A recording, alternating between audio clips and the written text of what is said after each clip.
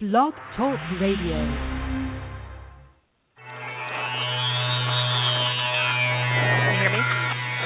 Yes.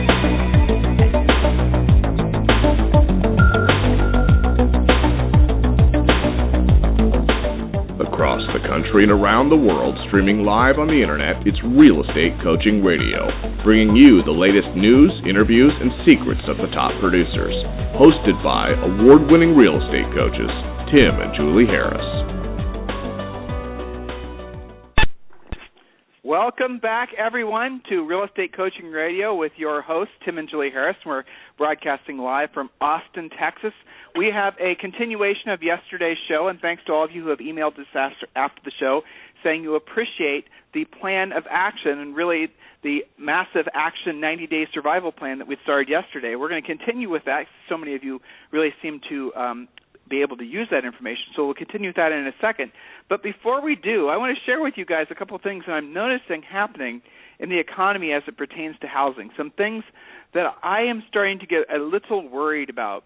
So there was yesterday we talked about the new builder home report, right, or the new builder confidence report, and it was on the blog, realestateinsidernews.com. You guys might want to check that out. So the gist of it is their confidence in their businesses on a whole has dropped the most in any 1 month period in the history of how long they've been actually doing that survey, in something like 30-plus years. And this was more of a severe drop than they even saw during the housing bust. So that really says something. The builders are a very good early indicator of what might be happening for the housing industry in a whole. In other words, the builders are seeing fewer people walk into their models, fewer people write contracts, fewer people put in orders for new homes. So that tells me, everyone who is paying attention that there might be a change in the housing markets happening faster than we're able to predict. Now, today, there was another report that came out, and this was from the Mortgage Bankers Association that said, guess what? There has been a huge drop-off in new mortgage applications, not refinance applications, but new mortgage applications.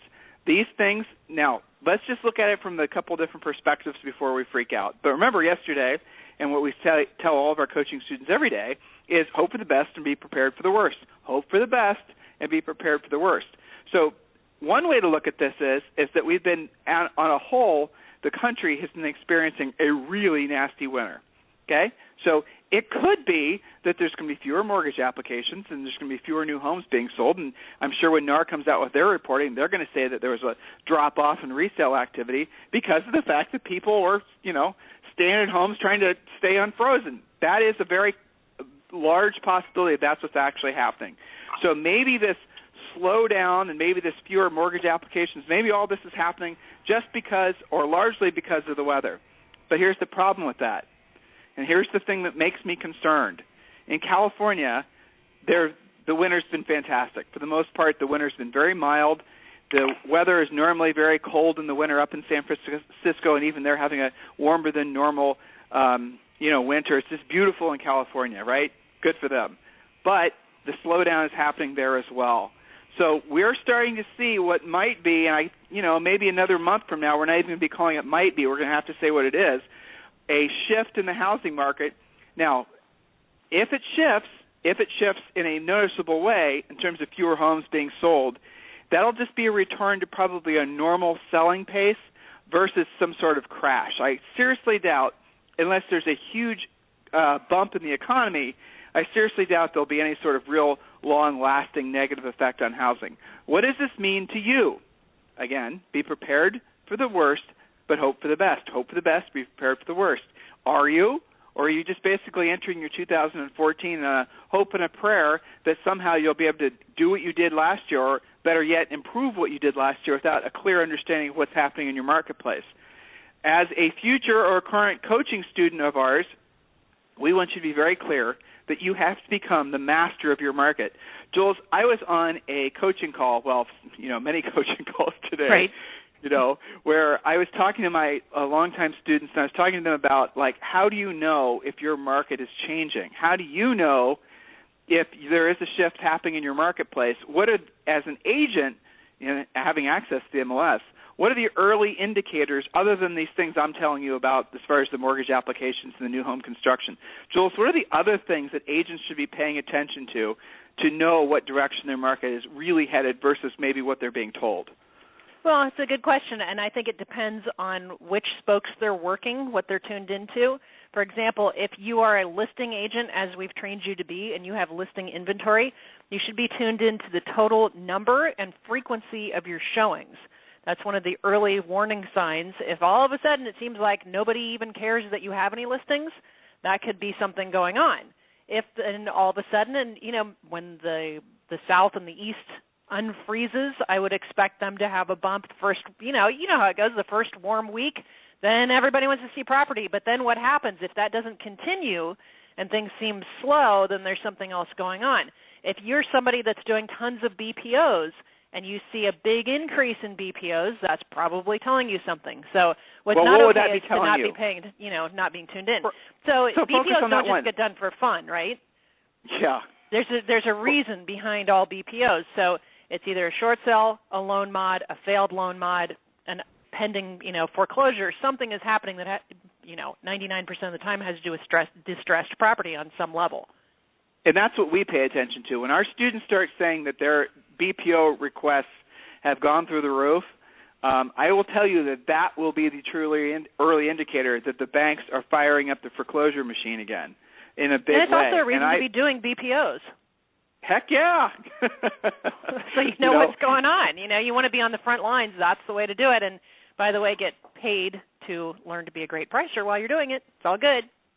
So your days in the market extends, the average list-to-sell price ratio were to drop. These are all things you can pull out of the MLS. But, intuitively, if you're active in the market, you're going to be able to see that houses that you, in your mind, would have known for a fact maybe just 90 days ago would have sold right away are sitting. You're seeing what right, was really nice. Especially when it's good houses in good shape seem to be taking longer than they should to sell. Depending on where you are in the country, depending how co-op showings are actually set up, find out how many showings your listings are getting. Ask other listing agents in your marketplace if that you trust that if their listing activity is increasing or their showing activity is increasing or decreasing.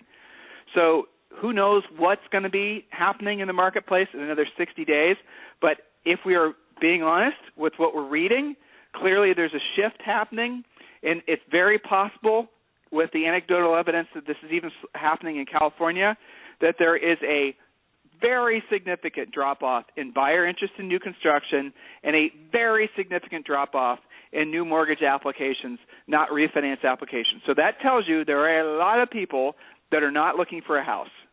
Now, what does that mean to you? You got to know your own statistics, so get into the MLS. Jules, your coaching from your schedule, anything interesting, any experiences you had today you'd like to relate? Sure. One of my very interesting clients in Alaska, of all places. And, we talk a lot about how the East Coast has been slammed by all these storms. Well, up in Alaska, it's not just cold, it's also dark. So she's always interesting to talk to because she has a lot of strategies for keeping herself positive and motivated. And, when I think it gets dark at like 3 o'clock in the afternoon or something crazy, right? So, she makes sure she takes a vacation in the winter. She just got back, I believe, from the Caribbean, someplace warm where she was snorkeling. So she's always fun. But what we're working on specifically is turning her into an even better listing agent, and we were working on her pre-listing packet today. We were going over her unique selling propositions and working on the answer to the question, what makes you different?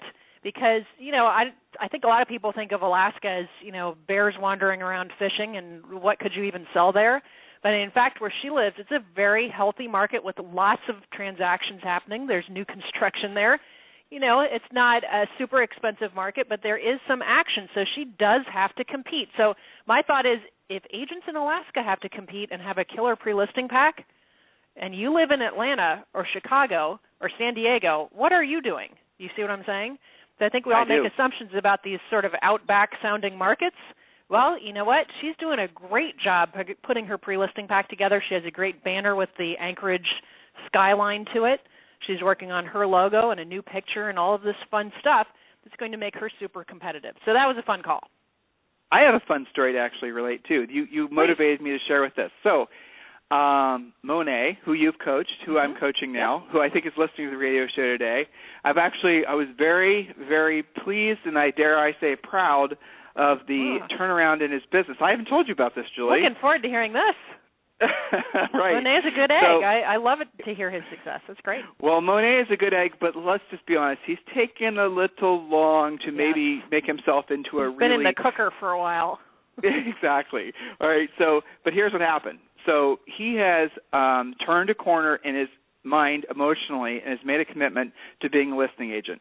And in that shift in his behavior, he has followed our process, followed our unique system, done the PLP, done everything part and parcel, went on a listing presentation that he never would have gone on, at a price range he never would have gone after, just basically completely different business than he's ever done before, and he followed our listing process exactly. I mean, Julie, everywhere from the knocking on the door to the, I'm 100% motivated to get your house sold, and then kitchen table walking around to the quarter, and he followed every single one of the steps for our listing process.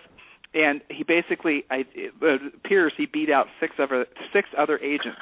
Go Monet. And, love it. But here's the cool thing. He has never until today, this is the truth, been in a competitive listing experience. Wow. Every one of what his a way listings to start in the out, past, Yeah, but that's the first time that he's actually had, he's been competing against well-established agents in well-established markets, some of which knew the seller. In this seller, these two sellers were analytical, obviously. They interviewed, he said, 5 or 6 other agents. This is an expired listing, by the way. That's pretty competitive. Well, come on now, right? But what happened? Why? And I was talking to him about this, and I said, Monet, what was the difference? Because he was telling me about this experience. He was confident. He was not, he was basically talking as if he was remembering back a really positive experience, because he was. It wasn't nervousness and not knowing. And he said, because I was following your process. I was saying basically everything. I knew what they were going to say before they said it, because you prepared that, because that's part of the listing process. I went through every single thing that you asked me to do, every single way you asked me to do it, and he said I was confident the whole time, and I wasn't worried about what I was going to say next, because I knew what I was going to say next. I wasn't worried about what was going to happen if they asked me about my commission or my experience in the marketplace or this or that or the other. I was That's so awesome. Confident. Yeah, but isn't that cool? Isn't that a great story? That's fantastic, and good for him. I mean, this is a huge victory for all of the things that you guys have worked on together, and what a great representation of the difference it makes to go into the appointment with confidence instead of with fear of, oh my gosh, what if I hear an objection? What if they ask me about my commission? What if they ask me what makes me different? What if they ask me what I'm going to do to actually sell the house? And he now has answers to all those things. Look at the difference. And the other thing that's really awesome is that, so after that experience, so now he's really motivated to go after more, right? So the retail I bet that's seller, usually what it takes. the expensive potential, $30,000 plus commission no longer intimidates him. So now he's like, oh my God, now that I know I can do this, I just want to do more. So now he's motivated, obviously, to do. Well, but isn't that all it takes? A tiny little success. Well, that's one time. All you have to do is experience that one time. And that's something he normally would not have gone after, correct? Nothing about what I just described to you would have been what one would call normal behavior for him 90 days ago. Nothing. Interesting. He would have only gone after, business that comes from maybe some of his investment properties, or maybe a referral from his broker, or something that just basically showed up on the radar. But this is an expired listing that he went after, and it's a competitive environment. He followed the process. He executed exactly. The pre-listing pack, because you've seen it, Julie, is exactly like we tell them to do it, not like how some agents do it where they get lazy and they just put it in a binder. So everything was their perfect. Office crap. Yep. It was beautiful. By the way, guys, those of you who are existing coaching students, make sure you log into Real Estate Coaching Essentials and you download the pre-listing pack, because we've already done it for you. You download the listing presentation because we've already done it for you. Actually, Julie, Real Estate Coaching Essentials, aren't we coming up on the level that regards to the actual listing presentation? Yep. When are we having that done?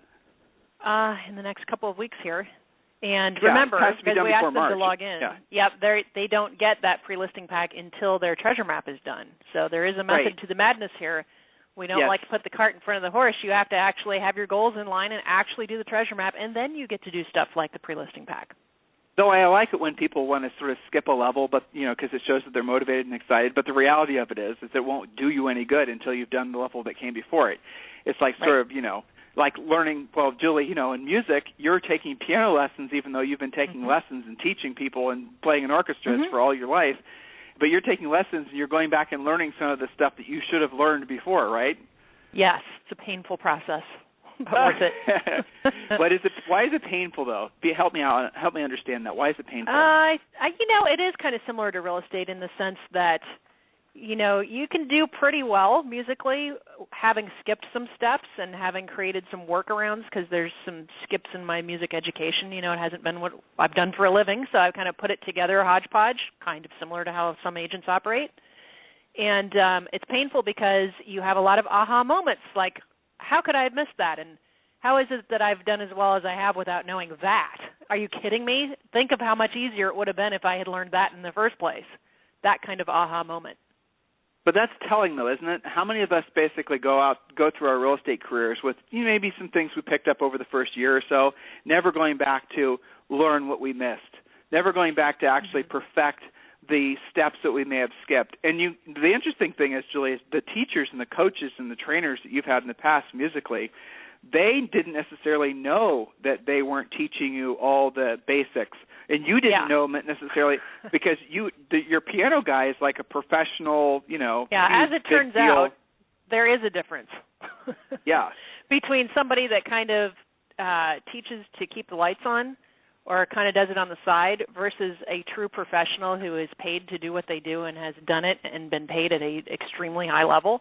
There's a huge, huge difference. And it's easy to believe that getting by is okay when you have a few victories, and you start to believe, well, that's just kind of how it is. But, and in real estate, a lot of agents learn, especially on buyers, enough to kind of get by and put some deals together, and then that becomes their reality versus realizing that there are so many levels to this to get to that top producer level, whatever numbers that means for you, which is why we make you do the treasure map. There is a big difference, and that's why we always emphasize we're not just throwing stuff at you to see what you'll do. We coach what works. We've proven it personally to work. It makes a big difference. Let's reel this back into your music lessons, if you don't mind, sure. Right? So the guy that you're taking music lessons from now, he has his own show in Vegas. He has had his own show in, where was Singapore. it, Julie? Thailand or Singapore. Where was it? Singapore, where he was with basically Cirque du Soleil. Okay, so this guy is like way above your pay grade as far as his capacity. I can't believe he even teaches me, quite frankly. Right, I know. I listen. Yeah. So, and by the way, guys, she takes her piano lesson from him over Skype because he's in Vegas and we're in Austin. So the thing is this guy, because he's done it at a high level, he's able to coach you with a level of authenticity and a level of depth that, say, for example, someone who's just sort of like coasting through it, reading through a manual of pre-written coaching calls will never be able to do, right? Right. I don't question his authority because he has the integrity behind it. You can tell the difference when you now that you've had lessons with him. Can you ever imagine having lessons from anyone that isn't as qualified as him? Can you imagine that? No, big mistake. It's funny, the things in life that you don't realize until you experience them, right? Like I'm sure Monet is going through this, going, well, gosh, you know what? If I can do real estate at this level, I'm sure his head is in terms of what the potential is now that he's competitive. Well, exactly. And so if you think about, like, I'm just obviously going to reel this back into coaching. So if you look at real estate coaching and realtor coaching options, there are a lot of people that are calling themselves coaches. There are a lot of people out there. It seems like any top producer that's, moderately successful decides that they want to be a coach. Do they have any experience doing it? They might have been good at sales at one point, but do they really know what the heck they're doing when it comes to helping somebody else do the same? No. The fact is that just because you're good at selling doesn't mean you're going to be good at teaching somebody else to sell. And then it even gets worse if you have somebody that you're thinking about hiring to be your coach that's never sold real estate before, or they are going to then delegate you once you sign up with them to somebody who's never sold real estate before. Guys, I'm not making this up. Do your own homework. Literally every single other coaching company that you might be comparing us to, they literally, A, they've never sold real estate before, and or B, the person that you're actually going to be assigned to as your coach has never sold real estate before. Guys, I'm not making that up. It amazes me to think that there's agents out there paying $800, $1,000, $400, doesn't matter, per month for a coach who just 6 months ago was literally working at a restaurant. And that is what a lot of them are nowadays. So, do your own homework. It's up to you. And once you've experienced, like what Julie's experiencing, having a very good, very professional, real honest-to-God piano guy teaching her, well, you're not going to ever want to go back to having somebody that's just kind of faking it.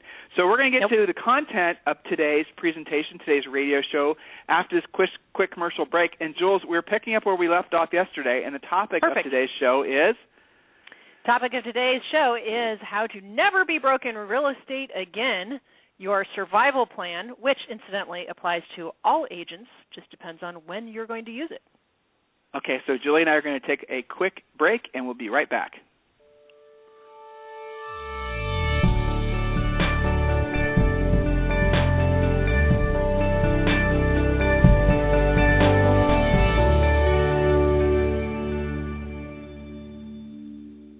I have a question for you, and this is probably a question you've been wondering about for your entire real estate career. You've probably asked yourself, how did the nation's top 10% of all agents manage to make 90% of the commissions? Maybe the top 10% were just in the right place at the right time, and if you had the opportunities that they were given, you too would be massively successful. Listen, you are now in the right place at the right time. Take 2 seconds now and visit agentcoachingsecrets.com to grab your VIP spot on our exclusive, free, upcoming online presentation, Secrets of the Millionaire Agent. That's right, we're providing this presentation online so you can easily attend. You will now have in your possession the closely guarded secrets of the richest of the rich agents, their exact how-to information, and we've made it super easy for you. Visit agentcoachingsecrets.com to register now, and as a way of saying thank you for attending the event, we're going to give you a copy of the Real Estate Treasure Map Business Plan, absolutely free. You may now be feeling what other agents are feeling about upcoming shifts in the real estate market. We've heard from thousands of fellow agents who say their number one fear is yet another shift in the real estate markets that they aren't prepared for. There is another shift coming, and you need to be ready. Before it's too late, visit agentcoachingsecrets.com and grab your VIP spot on our exclusive, free, upcoming online presentation, Secrets of the Millionaire Agent. When you do, you'll be given exclusive VIP access and a free copy of your real estate business plan, the Real Estate Treasure Map. This is the business plan used by many of the nation's superstar agents. Without another second delay, visit agentcoachingsecrets.com and lock in your VIP spot for the free Secrets of the Millionaire Agent presentation. You're about to have in your possession the exact tools, tips, and secrets that have, before now, been the exclusive domain of the nation's millionaire agents. Take action now and register at agentcoachingsecrets.com. Again, that's agentcoachingsecrets.com. And those of you who listen every day will know that that is the new version of the old commercial where Tim is now no longer sounding like the evil villain from Batman. He's sounding much better. So, Tim, I know you're listening. Good job on that radio spot. So, Jules, let's just jump right back in where we left off yesterday. And, again, for those of you who are just tuning in now, the topic of today's radio show, Miss Julie, is how to never, ever, ever be broke again in real estate, as in the survival plan. And, we gave you rules yesterday, and we gave you some examples of when to use what we lovingly call the survival plan. This is specifically to generate for you, and you might want to write this down. This is also at realestateinsidernews.com. You might want to write down, what is the point of this plan? Well, obviously, it's to get you out of any financial stress. It doesn't matter what caused that. We talked about that a lot yesterday, whether you're a grizzled veteran and a couple of your deals hit the fan through no fault of your own, or whether you're an average agent who just got a surprise bill from the IRS, or maybe you're a new agent and you don't have any reserves and you're sick of people telling you it's going to take 6 months to be successful. You want to make money now. So we talked about all those reasons yesterday. The plan itself will create for you, assuming that you follow it exactly, 3 new listings, 3 new buyers, 3 pendings, and 3 closings in the next 90 days or less Again, as long as you implement 100% of this plan. Very often our students get immediate results in 30 days or less, so ask for help when you get swamped because of the actions that you've taken. Absolutely. All right, so Jules, what point are we on here? We are actually on the first point. So we just got up to the point where we were presenting the plan yesterday. Yesterday was the rules and why you want to do it. Today is the actual stuff you have to do. So ready for point number one? Since you wrote it, go ahead and present it. Sure. Okay, so number one, make a list of 100 past clients, centers of influence, professional associates, neighbors, and friends. These are people who you know you, past clients, adopted past clients, neighbors, friends, etc. Put this into an organized database. Okay, so let's stop here. No, you don't have to go buy a CRM to do this. Use Outlook or something like that that's free, or many of you are already probably paying for something like Top Producer, you just don't use it. So no, do not go spend money or use an excuse that you can't do your database because you don't have a CRM. Make sense, Tim? It does. I mean, again, that's just a real basic thing. And if you don't know how to put a electronic database together, but you do know where all your contacts are. Let's say, for example, you have some closed deal files, you have some stuff in your email, you have in your cell phone. Yes, exactly. A lot of it's in your cell phone. Well, then what you do is you hire a kid, maybe your own kid, to go about putting that database together for you. But the bottom line is you don't have an excuse. And you can't say, and don't say that I have to, as Julie just mentioned, I have to go find in a CRM, because then you're going to sign some contract for some ridiculously expensive thing that you don't need and probably will never use. Right. And when you're gathering these folks' information, obviously you want to gather as much information on them as possible. Now, if you are an agent, a new agent in an office, and you don't have a bunch of past clients and centers of influence yourself, let's say you're a new agent in a new town, and you're basically everything's green. So that's great.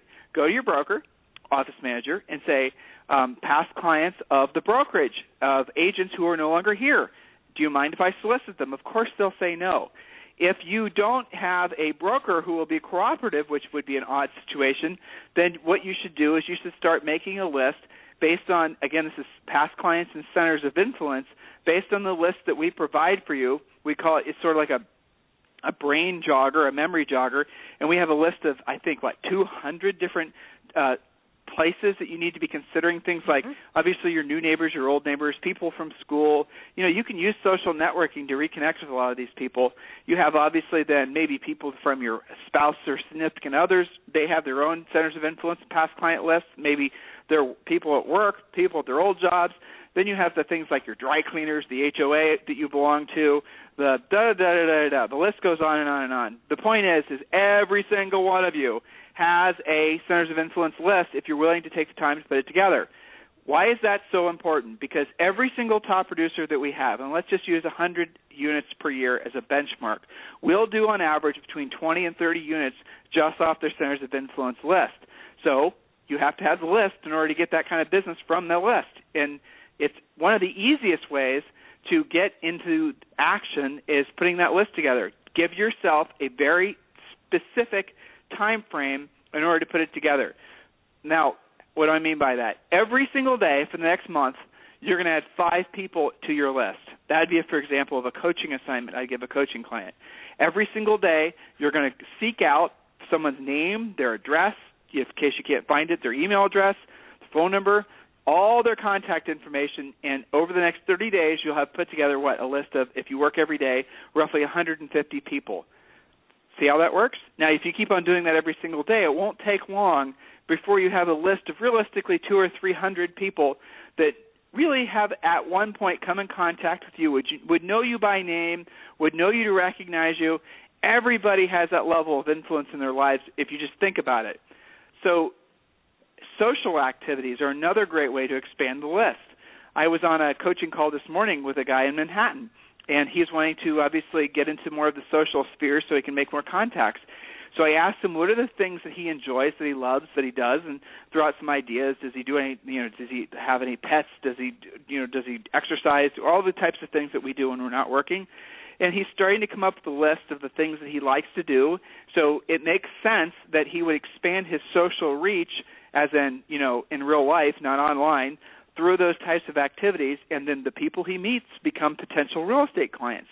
Now, the only thing I don't like about this is so many of you are in the position of needing money now. And if you're in the position of needing money now, this is not an instant money earning idea.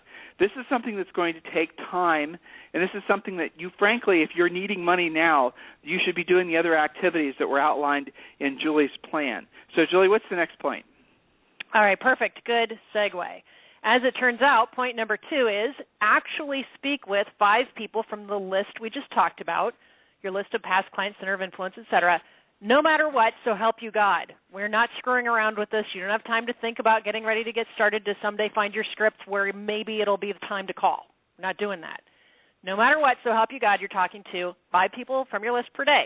You're going to use the simple past client or center of influence script or the Ford script, both of these found under scripts on our website, especially if you are a Coaching Essentials student. When you do this 5 days per week, you will have spoken with 100% of your list every 30 days. So you have 100 people, you talk to 5 of them 5 days a week, you're going to get through your whole list. Ask for referrals. Get their email addresses. This alone usually jumpstarts your lead generation, but that doesn't mean you get to ignore the rest of the points. Remember our story from yesterday, my Irish client who lives in Las Vegas. He called 60 people, took 1 listing, got 2 buyers in contract, and had 3 leads to follow up on. Calling 60 people, having real conversations about real estate. Wouldn't the natural question be, what am I going to say to these people when I call them? Well, we have the basic center of influence script. We have the Ford script, family, occupation, recreation, dreams. Lots of stuff that we teach through our coaching. We have exactly. Yeah. We have 6 different scripts, which are basically conversation patterns that you need to follow. None of them are hard or weird or anything like that. Right. They're just reconnecting. Yep. And I know you know, Julie, from coaching for a decade and having done over 100,000 individual coaching calls ourselves, which is, I mean, I'm not trying to impress anyone. I'm just thinking about that number and kind of feeling sorry for myself, to be honest with you. Yeah. But when you think about it, and we stopped counting at 100,000 too. It's probably a lot more. Yeah, I know. I'm feeling old all of a sudden. Sorry. Okay, breath making in. me feel tired.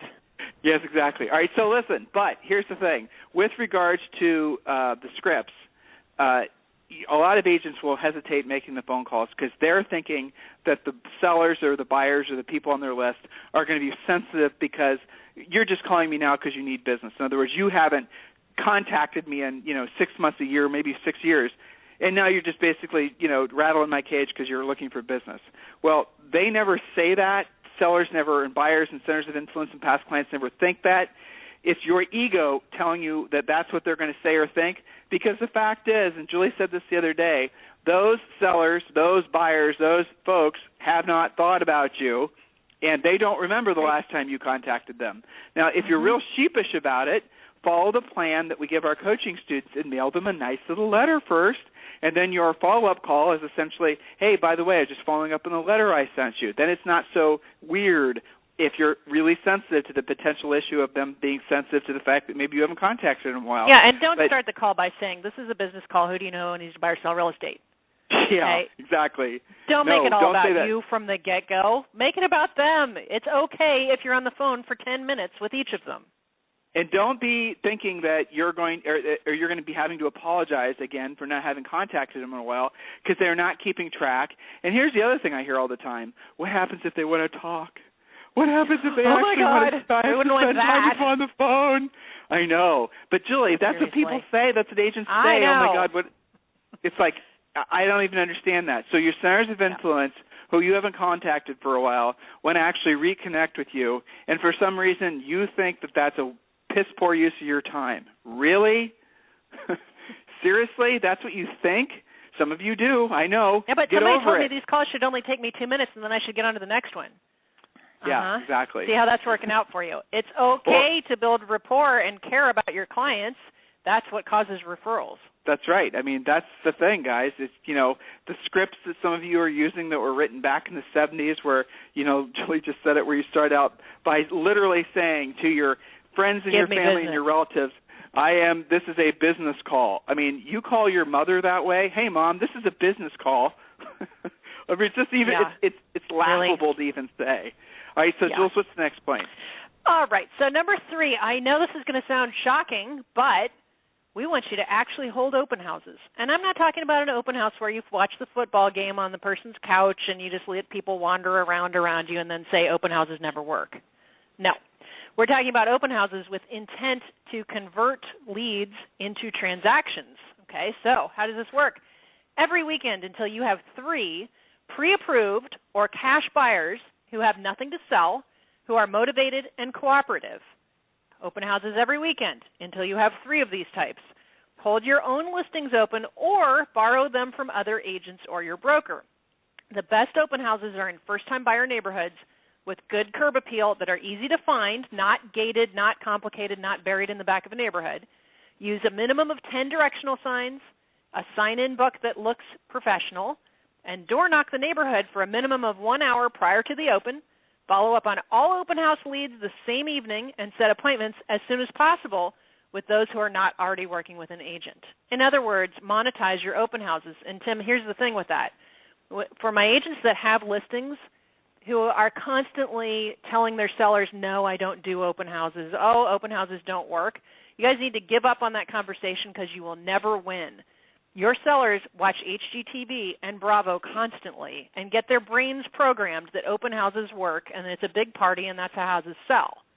Bravo and HGTV are bigger than you, more powerful than you, and they're brainwashing your sellers. So say uncle and go make some money by both satisfying the seller's need to see you do something and your need to make money now. Does that make sense, Tim?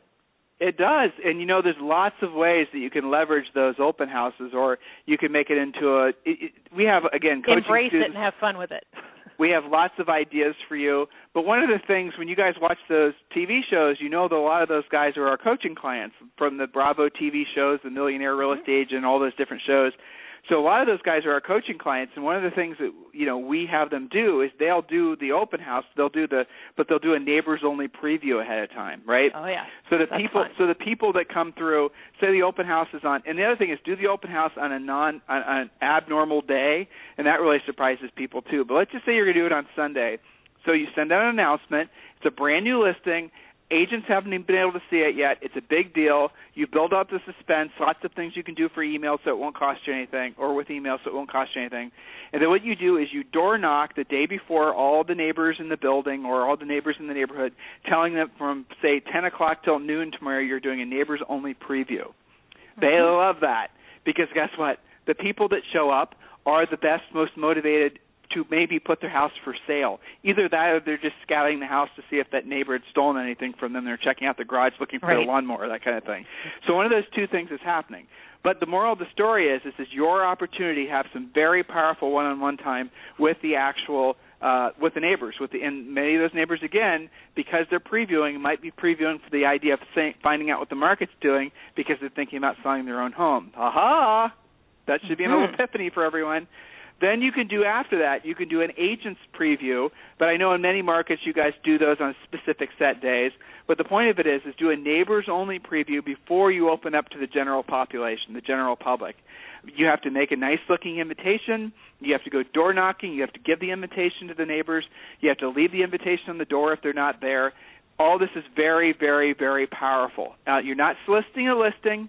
So if in case you come across the house that's listed, you can still invite them because you're not soliciting their listing. You're merely inviting them to an open house. All these things add up and make you exceptional because just that one simple idea, how many agents do you know that are doing that? How much time would that take? How much effort would that take? But more importantly, how much money could you make from just that one simple idea? What's the next point, Jules? Next point, Tim, is point number 4. And point number 4 says follow up on 100% of your existing leads. New leads, old leads, questionable leads, doesn't matter what the source was, call all of them back and ask for an appointment if they are not already working with someone and have the right motivation. Never, ever end the day from this point forward without following up on 100% of your leads. This includes internet leads, direct referrals, sign calls, ad calls, any kind of lead. If it looks like a lead, smells like a lead, talks like a lead, you're talking to them. And, Tim, I got to say, everyone listening has leads. Whether they're written on a napkin shoved in your purse or not, you're going to eventually be cured of that by having to call all of them and following the coaching that we give you of how to track your leads, et cetera. But, Tim, I've seen as much as a 30% leap in agents' businesses when they follow this specific point: relentless, urgent lead follow-up with intent to set appointment. The problem that a lot of people have, agents in particular, is that they, A, don't call their leads back immediately, and B, they don't essentially know how to pre-qualify that lead to determine their motivation, find out if that buyer really is a seller that's just essentially trying to price property, finding out if that seller is really also going to buy something. You guys don't ask the right questions in most cases and leave it up to chance to find out what the seller's motivation is. Julie, I had another call this morning with somebody who in Florida who did a great job. He listed a 10-unit building, but in this coaching call I then learned that same seller had a 20-unit, had 2 laundromats, and a really nice waterfront property, all of which were going to have to get listed. And I asked him why he didn't ask for all that business, and he comes up with kind of this long litany of reasons why he thought it would be inappropriate for him to ask at that time. And I said, hey, listen, if you don't, I know, believe me, that was the coaching call. But well, we should call him and charge him a referral fee for it. Right, refer his business back to him like Zillow does with your buyer leads. But anyway, so what I then said to him is I said, listen, you're leaving an impression upon that seller that you, A, are too busy, or B, that you don't care, or C, that you're lazy, or D, that you don't sell the type of other, whatever you think is going on in your head as to why you didn't solicit that business, you are leaving a very negative impression about yourself in the eyes of that seller, and none of it's going to result in you taking any more listings. So his homework was to go list those other, what amounts to 5 different properties. So wow. That's awesome. But that ties in with lead follow-up, right? Mm-hmm. Lead follow-up means asking all the right questions in the right order. So you might hear no now and then. So what? Who At least cares? you'll know what you've got and what you don't have. How much money, Julie, do your coaching clients make just because they call? I'm thinking back to your superstar interview with some of your coaching clients, and I'm thinking back to one in particular, your Colette, when she was saying essentially one of the biggest changes in her business happened because she started calling all of her leads back, everyone that was calling into 1-800-HOME hotline, all of their internet leads. She calls, not emails, calls all of them back immediately, and how that was a tangible difference in the money she was making. That, and I am was still the biggest, very hard on her about that. Yeah, and that's a simple thing. But here's the other thing, Julie, is that agents don't know a good lead from a bad lead. As a buyer will call in and ask for information on a property, and the agent will just give it to them, like a public service thing, right? Yep. So they won't get any information out of that potential client. They don't know what questions to ask. So most agents are only doing business with the sellers or the buyers that say, hey, I want to do business with you. If it requires any sort of questioning or pre-qualifying for motivation, then most cases, most agents don't know what to do and how to do it to find out whether that is a potential lead or whether that lead is actually a client. Those are the types of things that we really, really drill down on with you when you're a coaching client. And all of our coaches are taught at the top of every single coaching call to ask their clients, who are your best leads? And then pay attention, because the number of leads you have has to always be at least double or triple to the number of listings that you hope to take in the next 30 to 60 days. So you need to be operating off a high volume of leads to have those things, matriculate down to closed transactions over the following months. If you don't get that, request a free coaching call at freecoachingcallsforagents.com, freecoachingcallsforagents.com, and especially if you're an existing student. Very key fundamental thing that you must be clearly understanding. So Julie and I are going to take a quick break, and when we come back, we'll get to our other points.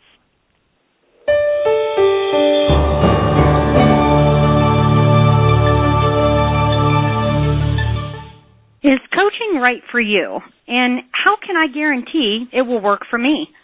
Chances are you are asking yourself those questions right now. I'll answer those critical questions for you in just a moment. But first, let's be honest about something you may have always suspected. You've probably always known that the nation's top 1% of realtors, those millionaire agents you see on TV, they possess a secret knowledge that the other 99% of agents do not have. Where did they learn what they know? And more importantly, how did they learn how to put this closely guarded information into money-making action? It's simple. They have a coach. Not just any coach. The nation's mega millions, top 1% of the realtors know that in order to maintain their almost unfair advantage, that they must have their own personal coach, a proven, market-tested coach who has truly walked in their shoes, a coach who has worked with many of the nation's leading agents. At this point, you're probably ready to maybe try coaching. However, you don't want to be unfairly locked into a long-term ball and chain that coaching contracts can give you. It just makes sense that you should be able to try it before you buy it.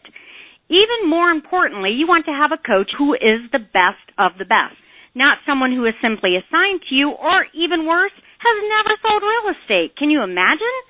If this is you, I have something for you right now that is exactly what you have been looking for. For the next 48 hours, Tim and Julie Harris Real Estate Coaching is offering you a free coaching call. This is a real coaching call with a real Tim and Julie Harris coach. Now, while you are thinking about it, why don't you visit us online at freecoachingcallsforagents.com to get started. Once again, that is freecoachingcallsforagents.com. Now, let's be clear. This exclusive coaching opportunity is only available for the first 50 realtors who are stone cold serious about their real estate business and know that in order to succeed at the highest level, they must hire a coach. So don't wait any longer.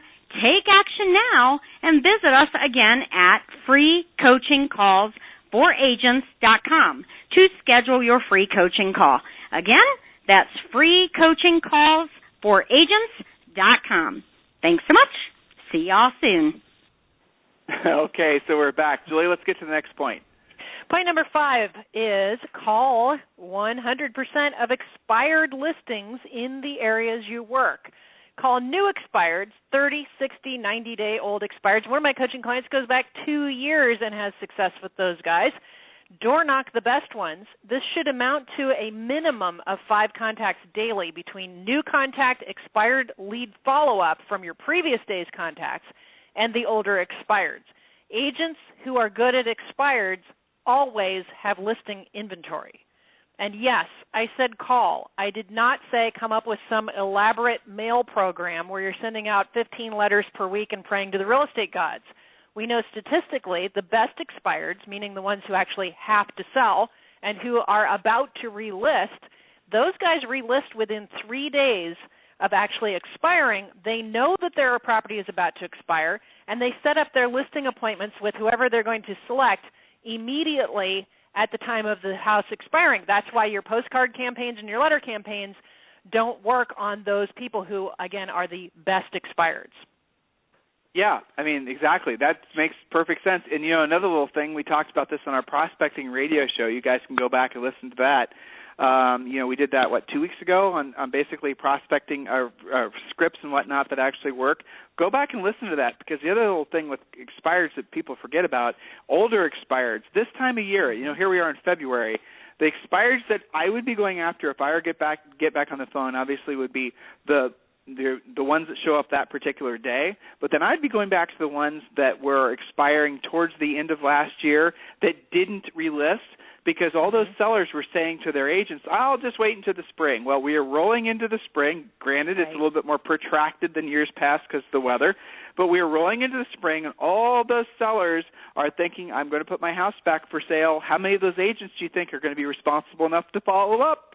So there are opportunities all around you. Open your mind to that, embrace it, and, be thankful for the business you're in, because it's pretty miraculous.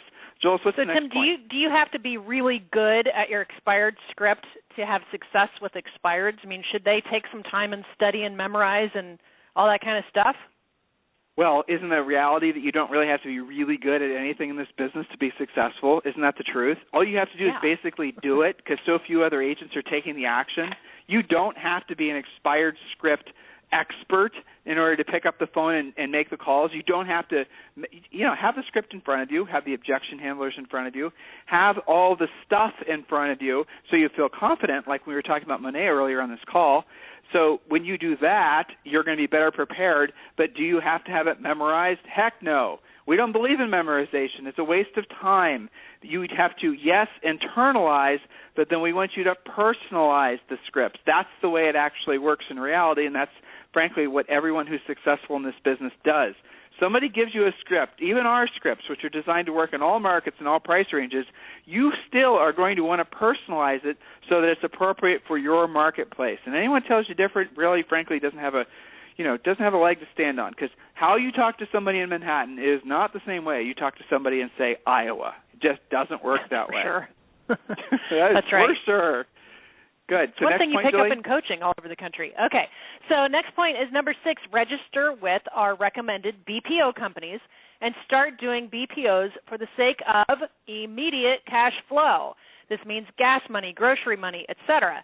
BPOs can and often do lead to bigger and better income, but in the meantime, they can pay part of your basic needs.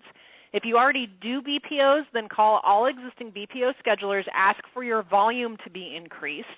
If you don't do BPOs yet, I don't really care what the reason is. If you need cash flow now, you have to do BPOs. You're getting paid to become a great pricer. And I always tell my students, Tim, if they were working for Tim and Julie Harris Realty, I really would not be comfortable turning them loose on a listing unless they'd done 100 BPOs. How is it you think you know how to price something until you've seen more property? When you get a license, most people, when they get licensed, Tim, they've seen their own house, their grandma's house, and their best friend's house. How many people get into real estate because they like houses? That's the other thing you hear people say occasionally. What? I like real estate. Well, okay, that's fine. You like real estate. But now actually learn how to help other people buy and sell real estate so you can make a living of it, so you can pay those NAR dues that are due, by the way, now. Right? Yes. There wouldn't be any expireds if everyone knew how to price, but I digress. Okay, so BPOs. Point number 7. Julie, Go ahead. The one thing that you and I, we always dance around and we always talk about, and it takes Monets of the world, and, people have to, when they follow through and they have these little epiphanies and they breakthroughs and they realize, and this is another little follow-up to the conversation I had with Monet. I asked him, I said, were you surprised what a difference the reaction was from the seller, frankly, how easy it was for you to stand above all these better, more supposedly experienced, established agents by just following a professional presentation and, going through the system that we showed you? Were you surprised what a substantially different experience that was from what you expected? And he said, yes, I was blown away. Because these sellers were constantly, the lady in particular, he told me, where she was very complimentary of what he was doing. She was very complimentary of his professionalism. She was basically a Monet fan by the end of that presentation, which is what you want. Now, why was her reaction that way? It's kind of interesting to think about, because she respected the fact that he made an effort. She respected the fact that he had a presentation that was organized. She respected the fact that he had a pre-listing pack that he sent ahead of time. She respected the fact that he put real effort into being a professional, whereas all the other agents basically, in her eyes, in the eyes of the consumer, who matters, weren't. It's interesting how little it takes. Exactly. It's interesting how easy it is for you to really look exceptional in the eyes of your potential clients with just taking a few little extra steps. Now, that was the first time, getting to Julie's question about do you need to be a master of the scripts, that was the first time Monet had followed the listing presentation from A to Z with a couple little hiccups here and there. Did he memorize it? No, he did not. Did he bring notes with him so he'll remember what to say, when to say it? Yes, he did. And you can do the same thing. So having everything memorized is not an excuse. You can no longer use that as an excuse. We have removed it from your minds. Excuse removed, cleansed. It's gone. That's right. All right. So point number 7, and this is a really easy point, and I'm going to add a second company to this. Sign up with agentmachine.com and agentpronto.com. These are 25% referral fee companies for closed leads only with no ongoing fees. And I had somebody, Tim, one of my coaching clients, she signed up for Agent Pronto last week. Actually, she's in Alaska, the one I was mentioning earlier. And while Julie, she was on the phone, they sent her one. I had a new coaching client from Alaska, too. What's up with all this Alaska people? I don't know. You know what it is? Oh, I know why. Well, here's the answer. It's because they're having a boom in real estate up there because of the exploration of all the, the oil sands and all that stuff. And so there is a massive number of people that are moving to Anchorage specifically. Huge housing boom that's going on up there. So that's pretty the reason cool. we're seeing more and more business out there. Yeah, it is, if you can put up with the fact that there's not daylight most of the year and it's, cold. These guys are, what I like about that coaching agents in that area is Alaska attracts a lot of naturally motivated, independent types. That's right. Who have to, have it going on. So, all right, next we have, and again, that was agentmachine.com and agentpronto.com. Good quality leads, and you pay when they close, 25% referral. So, next, number 8, if you have existing inventory, sign up with, and this is very critical, 1-800-HOME-HOTLINE.com immediately, and implement on all of your listings. This is only $37 a month. You'll make well more than that almost immediately. Remember, this is making all of your sign calls. You'll have a higher volume of calls, higher quality of calls, and at least 30% of those calls, they're not buyer calls. They're listing calls. Some of you guys think that all sign calls must be buyers. Who are the first people who call on a new sign? The neighbors. Why do they call? Because they want to know the price. Why do they want to know the price? Because they're about to list with someone. 800-HOME-HOTLINE, by the way, that is the secret sauce to fast lead follow-up. 800-HOME-HOTLINE.com. Go to that website, guys. The service is painfully inexpensive and unbelievably powerful, and, of course, there's no contracts or anything like that. So check that out, 1-800-HOME-HOTLINE.com. So, Julie, we are going to wrap up today's show, and we are going to continue tomorrow with the same. Yes, we had a good show today. It was fun. A lot of you emailed questions in. I appreciate that. I will be responding to you personally after the show. I do personally have to get on another grad call, and Rochelle is reminding me that if I'm late, she will string me up, so I do not want that to happen with a new grad. I'm going to roll out the ending credits and whatnot, and we'll talk with all of you tomorrow. And please do, as always, share the radio show with as many other agents as you can. Thank you for listening. Thank you for listening live especially, and those of you who are listening in replay, remember you can always email your questions into questions@realestatecoachingradio.com. This program has been a presentation by Tim and Julie Harris, Real Estate Coaching. For more information on our real estate coaching and training programs, visit our website at timandjulieharris.com. Remember to tune in weekdays at noon for upcoming shows, and until next time, thank you for listening to Real Estate Coaching Radio with Tim and Julie Harris.